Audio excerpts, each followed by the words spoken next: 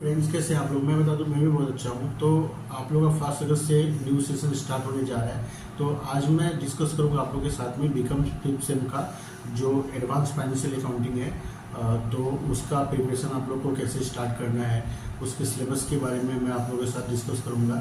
और साथ में ये भी बताऊंगा कि उसमें कितना यूनिट है और कौन सा यूनिट में क्या क्या चैप्टर है।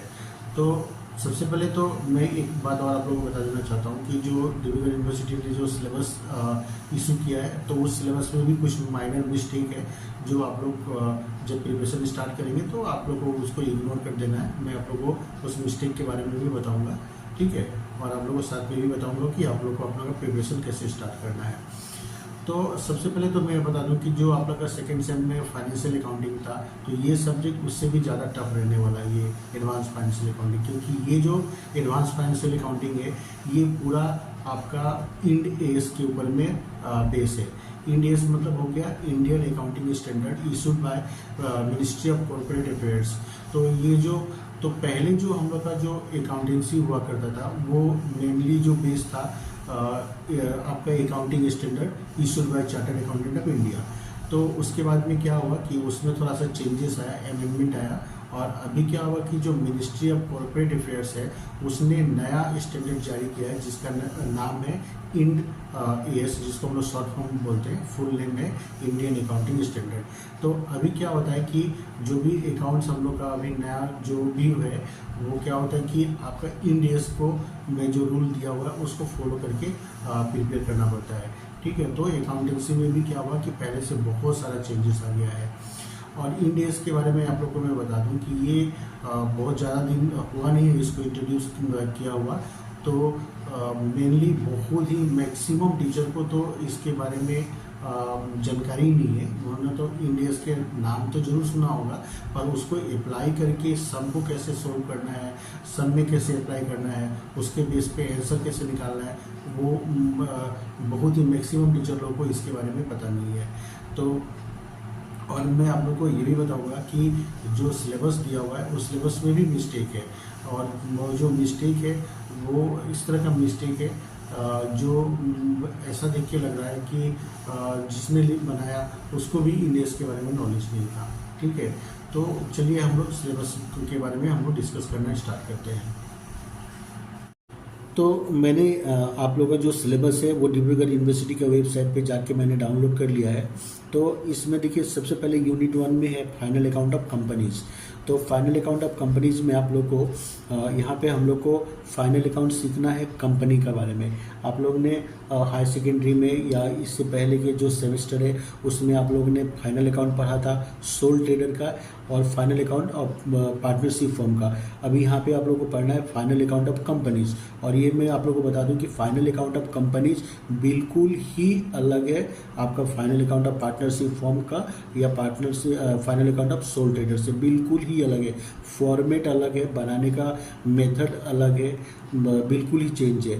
तो ये जो अभी हम लोग को फाइनल अकाउंट हम लोग जो बनाएंगे कंपनी का, ये बनेगा एज पर कंपनीज एक्ट 2013 और शेड्यूल 3 के हिसाब से बनाया जाएगा ये, ठीक है। तो इसमें तो एक आप लोगों को सीखना है फाइनल अकाउंट ऑफ कंपनीज, साथ में इसमें वैल्यूएशन ऑफ गुडविल कैसे किया जाता है वो भी सीखना है और वैल्यूएशन ऑफ शेयर भी सीखना है आप लोग को। तो ये यूनिट से आप लोग को टोटल आपका क्वेश्चन आएगा 15 मार्क्स का। इसके बारे में हम लोग नेक्स्ट बात करते हैं एमालगमेशन ऑफ कंपनीज।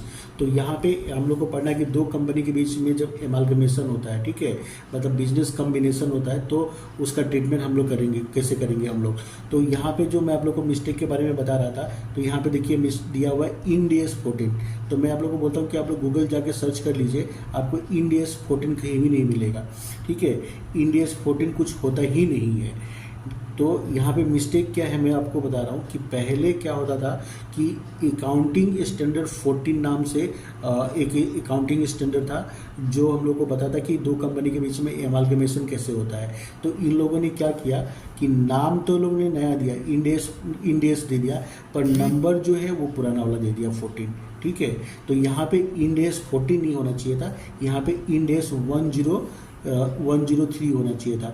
अभी जो दो कंपनी के बीच में जो एमालगमेशन होता है वो होता है एज पर इंड एस 103 के हिसाब से, जिसको हम लोग बोलते हैं बिजनेस कॉम्बिनेशन, ठीक है।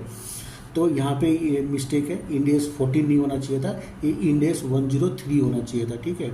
और साथ में आप लोग को यहाँ पे इंटरनल दूसरा चैप्टर क्या है इसमें, इंटरनल रिकंस्ट्रक्शन कि कंपनी का इंटरनल रिकंस्ट्रक्शन कैसे होता है। तो इस यूनिट में भी आप लोग को टोटल 2 चैप्टर मिलेगा, एक तो एमालगमेशन ऑफ कंपनी और साथ में इंटरनल रिकंस्ट्रक्शन, और यहाँ से भी आप लोग का मार्क्स कैरी करेगा 15 मार्क्स। इसके बाद में नेक्स्ट आ जाइए यूनिट 3 में, तो इसमें है आपका accounts of holding companies public parent companies. तो यहाँ पे हम लोग सीखेंगे कि दो मतलब जो होल्डिंग कंपनी है और उसका जो सब्सिडियरी कंपनी है, तो उन दोनों का बैलेंस शीट को हम लोग कंसोलिडेटेड करके हम लोग कैसे एक बैलेंस शीट बनाएंगे हम लोग, ठीक है। तो यहाँ पे हम लोग कंसोलिडेशन करना सीखेंगे कि होल्डिंग कंपनी और सब्सिडियरी कंपनी का बैलेंस शीट को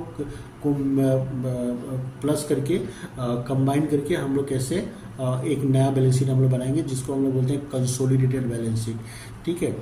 तो पर अच्छा, यहाँ पे भी आपको देखिए, यहाँ पे आप लोगों को एक मिस्टेक मिल जाएगा, इंड एस 21 लिखा हुआ है। अब आप गूगल में जाके सर्च कीजिएगा तो इंड एस 21 में है आपका the effect of changes of foreign exchange rates, ठीक है।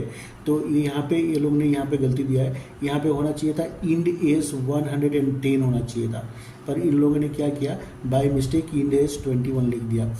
तो ये मिस्टेक कैसे हुआ मैं आप लोगों को बता रहा हूँ कि पहले जो अकाउंट्स ऑफ होल्डिंग कंपनी था वो पुराना अकाउंटिंग स्टैंडर्ड 21 में हुआ करता था, अब इसको चेंज होके इंड एस 110 हो गया। पर इन लोगों ने क्या हुआ, नाम तो इन लोगों ने नया दे दिया इंड एस, किंतु नंबर ये पुराना वाला ही दे दिया है यहाँ पे 21, ठीक है। तो ये मिस्टेक है यहाँ पे सिलेबस में, यहाँ पे इंड एस 110 होना चाहिए, क्योंकि अभी जो भी दो कंपनी के बीच में आप जो होल्डिंग कंपनी और सब्सिडियरी कंपनी का हम लोग बैलेंस शीट को कंसोलिडेट करके हम लोग जो कंसोलिडेटेड बैलेंस शीट हम लोग जो बनाते हैं वो एज पर इंड एस 110 के हिसाब से किया जाता है, ठीक है। और उसके बाद में है आप लोग का यूनिट 4, तो इसमें है accounts of banking and life insurance company. तो इसमें आप लोगों को पढ़ना है कि जो बैंकिंग कंपनी है वो अपना फाइनेंशियल स्टेटमेंट कैसे प्रिपेयर करती है और इंश्योरेंस कंपनी अपना फाइनेंशियल स्टेटमेंट कैसे प्रिपेयर करती है, उसके बारे में हम लोग को पढ़ना है।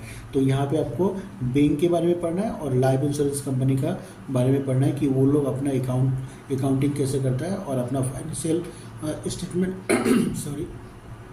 फाइनेंशियल स्टेटमेंट वो लोग कैसे प्रिपेयर करता है। तो टोटल आप लोग का टोटल 4 यूनिट्स है, 4 यूनिट में आप लोग को टोटल 15 करके आप लोग का टोटल 60 मार्क्स का आप लोग का क्वेश्चन पेपर आएगा, ठीक है।